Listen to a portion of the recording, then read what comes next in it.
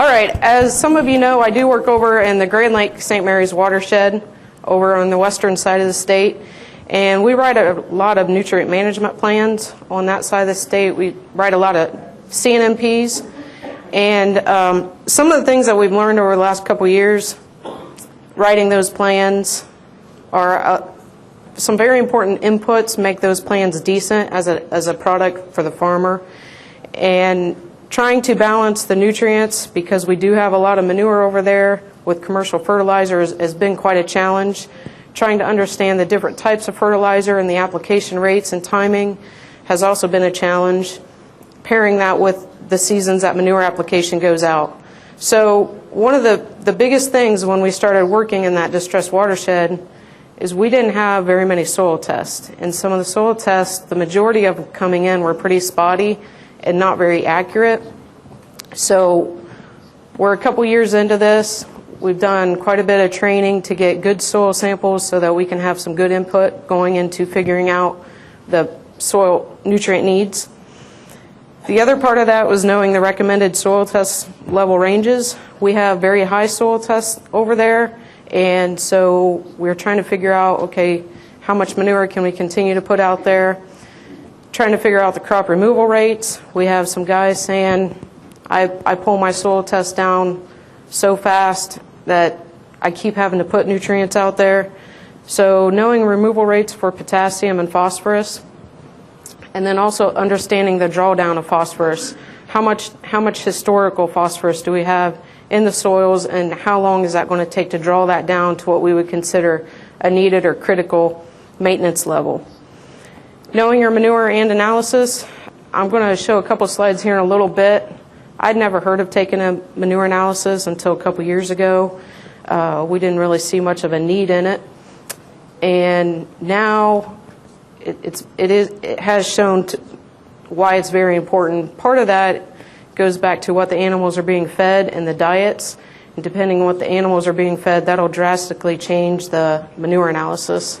And then also looking at applying nutrients accordingly. So one thing that we learned quite a bit, even the folks in the offices that are trying to help with the farmers coming in, is understanding soil test reports. On a normal basis, we have about 6 different labs that we're dealing with, and each one of them have a different reporting method. So trying to figure out how those soil tests are coming in, what the soil test says, and what it means. There is a fact sheet that OSU has put together. It's a 2-page fact sheet. It's nice. It's real simple to read through.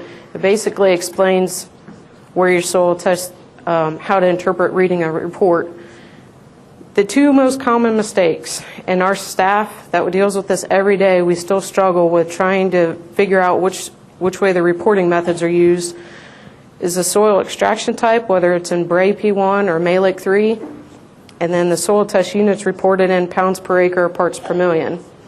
There is some conversions that you need to use based on, depending on how the soil test is coming back. So one of our biggest problems is recognizing whether it's in parts per million or pounds per acre, and there's a simple math to multiply by 2 to get that. But looking at soil test reports, we had a lot of guys that thinking, hey, our soils are okay. They were reading them in parts per million. Right away, when you start doubling those, their 100 part per million soil test is now 200. So the other thing that you guys have heard 5 times over today is utilizing the Tri-State Fertility Guide. Obviously, that's what our recommendations are for the state of Ohio. It's the best thing that we have to take a look at that. It does account for your planned crop, your yield goals, and your current soil test. So you can Google that. It is online. It's very easy to read through. It's not very long, and it's specific to what crop you're putting out. So in the Tri-State Fertilizer Guide, there is a fertilizer range recommendation.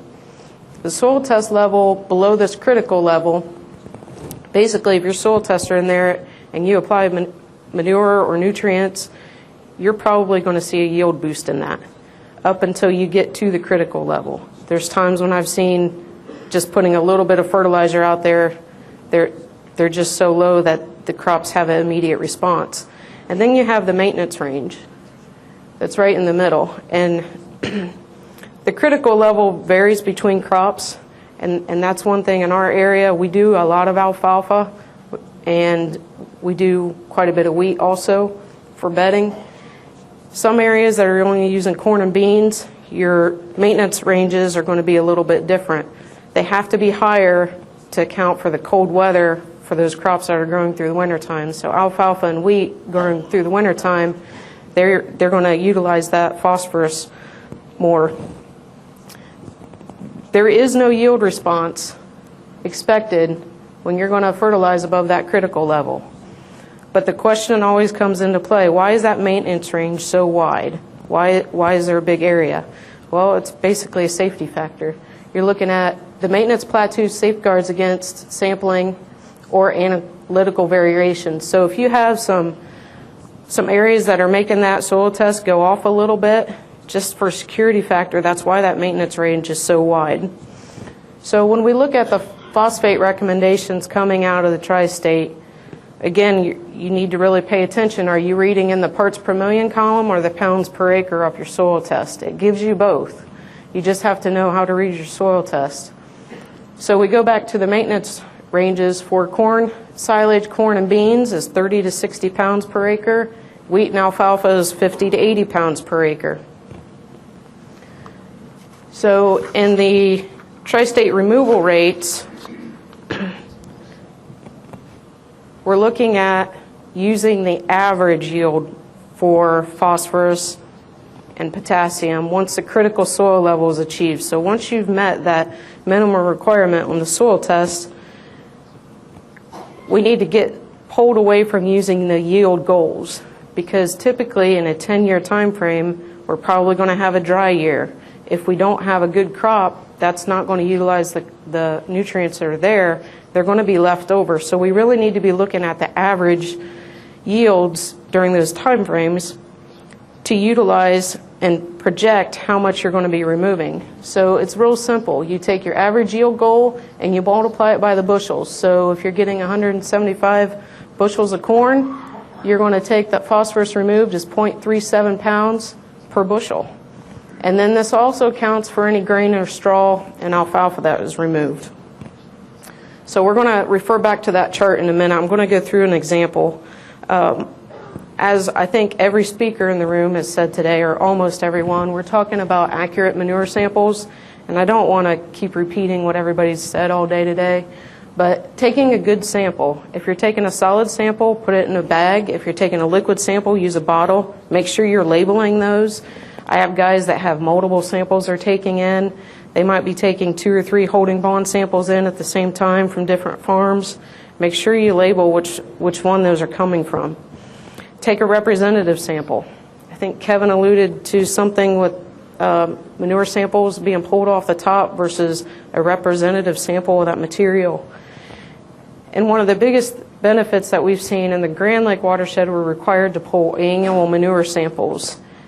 What we can do is we can take, now the rules have been in place for a couple years, we can take 5 or 6 of those samples and average them for a farm, or we can pull out a bad sample and say, hey, you have 3 really good samples, but this sample over here, for whatever reason, that's not a good sample. So we can average the 3 good samples and get something representative for their manure.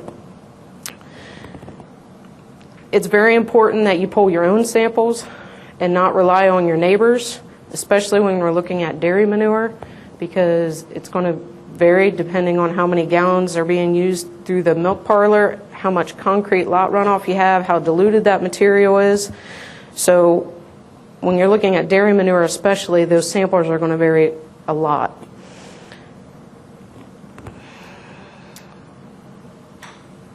Timing and pulling of a sample. In an ideal world, it would be great if we could pull a sample. We have the equipment there, we agitate it up, we pull the sample, we take it to the lab, we get the results, and then we do the manure application. But I think we all know that that's really not going to happen. That's why it's important to have those averages. You can go back to what you had last year, still pull a sample, but keep that in mind for future, because if you go there and you pull a sample and you haven't agitated the pit up, it's not going to be representative, and we see it all the time in the samples that we get in the office. We can tell just by looking at the sample. If the sample's been agitated, if it's been pulled in a bad spot, if it's not a good sample, if it's too dry, too wet, diluted down, you can just pick them right off the top.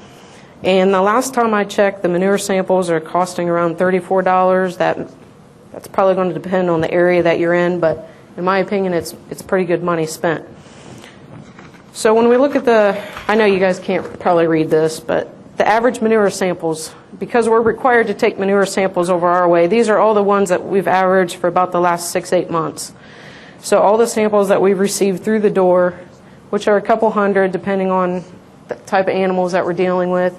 But if we would have done this a couple years ago when I first started, our average for hog manure at the time was 30 to 35 pounds per 1,000 gallons of hog manure for phosphorus.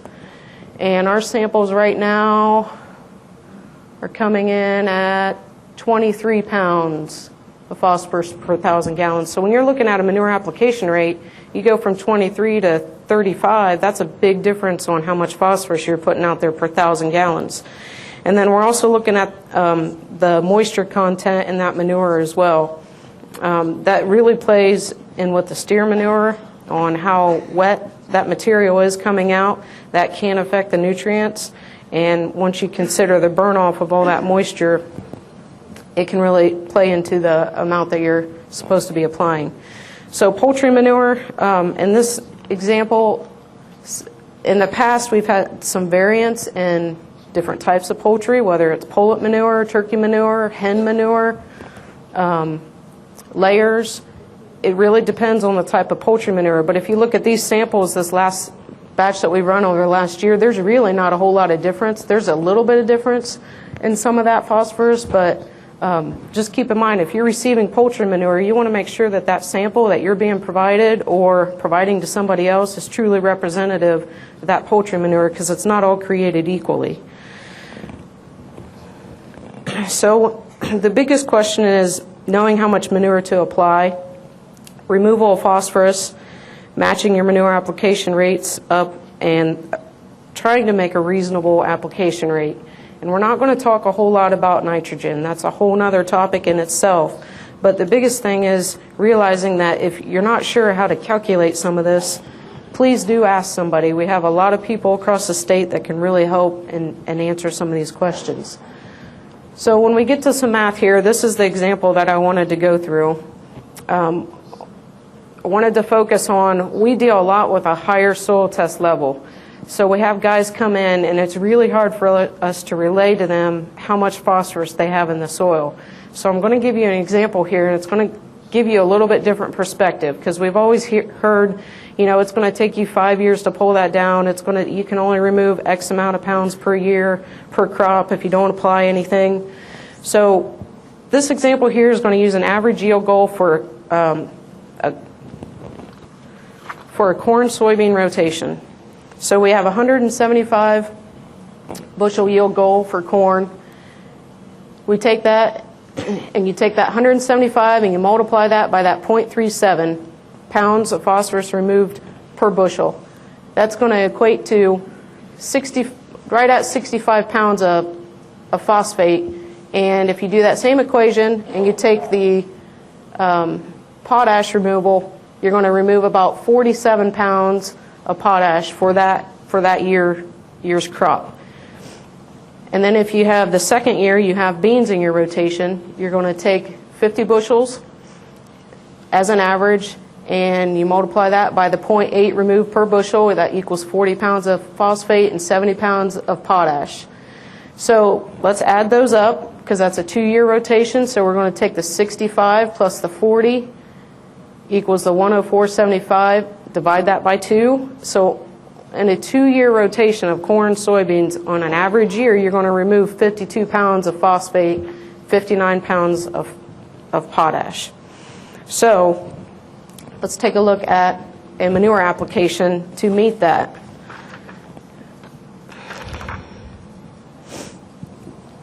So we're looking at the manure sample to get the pounds of phosphate per 1,000 gallons of manure. So typical 2,400 head hog building, they vary in their production based on their watering system and the management of the barns, but let's just say it produces 700,000 gallons a year. That 700,000 gallons times your 23 pounds of phosphate per 1,000 gallons that you get off the manure sample equals 16,100 pounds of phosphate produced per year out of that hog barn.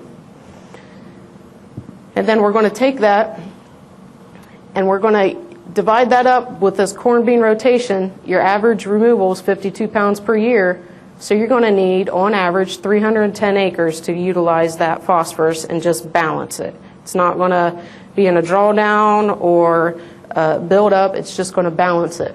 We're going to do the same thing for that potash. You take that 700,000 gallons and you go through the calculations and you're at 308 acres. So that's pretty close. So we're looking at 310 acres. You can utilize the Tri-State's required potash and phosphorus needs. So at the end of the day, it shoots out this number and it says, okay, you need 2,258 gallons per acre application rate on 310 acres. How many guys are going to apply that every year?